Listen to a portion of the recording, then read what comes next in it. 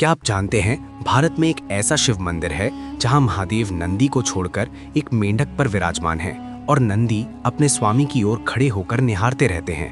ये कोई कल्पना नहीं, बल्कि भारत की एक दुर्लभ आध्यात्मिक विरासत है। करीब 2 शताब्दी पहले उत्तर प्रदेश की एक छोटी सी रियासत भीषण संकट से जूझ रही थी। उस रियासत के शासक थे राजा बख्तावर सिंह। वीरता में कोई कमी नहीं थी, लेकिन प्रकृति उनकी कठिन परीक्षा ले रही थी। कई वर्षों से बारिश नहीं हुई थी, कुएं सूख चुके थे, खेत बंजर हो गए थे।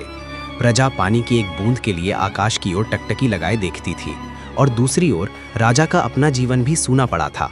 वंश चलाने वाला कोई उत्तराधिकारी नहीं था। राजा अंदर से पूरी तरह टूट चुके थे। इसी समय राज्य में एक गूढ़ साधना करने वाला तांत्रिक पहुंचा। उसने राजा से कहा, राजन, ये केवल अकाल नहीं है, धरती और आकाश के बीच संतुलन टूट चुका है। उसने बताया एक असामान्य उपाय, मंडूक साधना।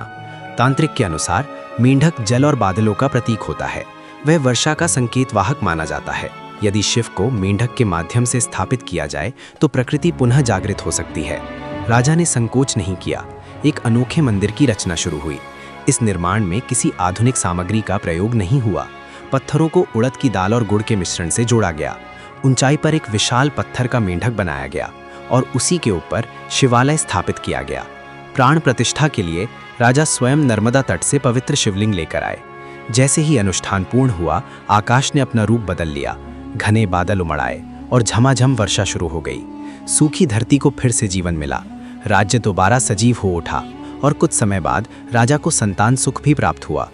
आज भी उत्तर प्रदेश के लखीमपुर खीरी में ये मंदिर शांत खड़ा है।